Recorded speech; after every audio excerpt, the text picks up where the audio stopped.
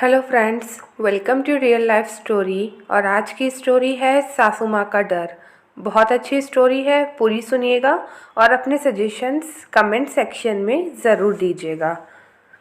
जैसे ही बर्तन के गिरने की आवाज़ आई, नैना हड़बड़ाकर नींद से उठ खड़ी हुई। समय देखा तो सुबह के 8:30 बज चुके थे। नैना तो घबरा ही गई। ससुराल में पहला दिन और इतनी देर तक सोती रही। मम्मी ने समझाकर भेजा था कि जल्दी उठकर नहा धोकर अच्छे से तैयार होकर सबके पैर छूना। पर ये क्या, मैं तो उठी ही इतनी देर से, सब क्या सोचेंगे मेरे बारे में।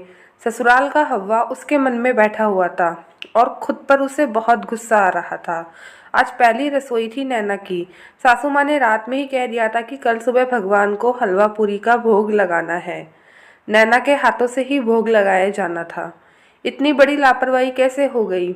नैना मन ही मन खुद को कोसते हुए जल्दबाजी में नीचे आई। साड़ी पहनना उसे अच्छे से आता नहीं था, पर मम्मी ने समझाकर भेजा था कि पहले दिन साड़ी पहनकर सर पर पल्लू रखकर ही निकलना। हड़बड़ी में किसी तरह साड़ी लपेटी, शीशे में खुद को देखा तो कुछ अधूरा सा लगा। माथे पर बिंदी लगाई, मांग भरकर सिंदूर। एक पल को तो नैना खुद को देखकर ही लजा गई। बिल्कुल सादगी से रहने वाली नैना पर साज सिंगार खूब जच रहा था। नैना जल्दी से कमरे से बाहर निकली और निकलते ही सबसे पहले रसोई घर में गई। जैसे ही रसोई में पहुंची, देखा कि सासू माँ बड़ी ननद के साथ मिलकर पूरियां तल रही है।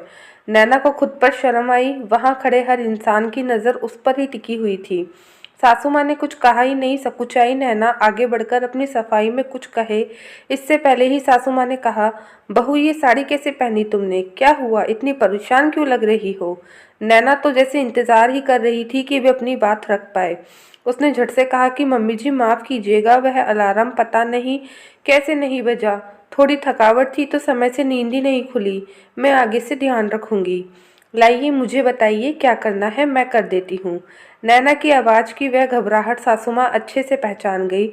उन्होंने उसे सांत्वना देते हुए कहा, नहीं बहू, तुम बिल्कुल चिंता मत करो, सब तैयार है। तुम बस जाओ, अपनी साड़ी ठीक करके अच्छे से तैयार होकर आओ। सबको पता लगना चाहिए कि नई नवेली दुल्हन है। अपनी बेटी को आवाज़ लगाते हुए सासू माँ ने उसे नैना की साड़ी ठीक करने और अच्छे से तैयार करके लाने को कहा। उन्होंने नैना से कहा कि तुम्हारे हाथों से सिर्फ भोग लगवाना है, तुम ज़्यादा परेशान मत हो, सब बन गया है, तुम बस हाथ लगा देना। सासू माँ की बातों ने नैना को अंदर तक सुकून पहुँचा दिया। जिस ससुराल सबसे वे इतनी डर रही थी, वह तो बस कागजी भूत निकला। नैना ने हलवा पूरी का भोग लगाकर सबको बड़े प्यार से खिलाने के लिए परोसा तो सासू माँ ने उसका हाथ पकड़कर अपने पास बिठा लिया और उसे अपने हाथ से हलवा पूरी खिलाते हुए कहा कि सबसे पहले मुंह मीठा करने का तुम्हारा हक है। नैना खुश थी कि उसे इतना प्यार करने वाला परिवार और सासू माँ मिली है और अब उसके मन में कोई डर या शंका नहीं थी। सच में दोस्तों, हम मानते हैं कि कई घरों में कई सास और बहू में थोड़ी सी कड़वाहट रहती है, पर ज़रूरी नहीं कि हर सास ही वैसी ही हो।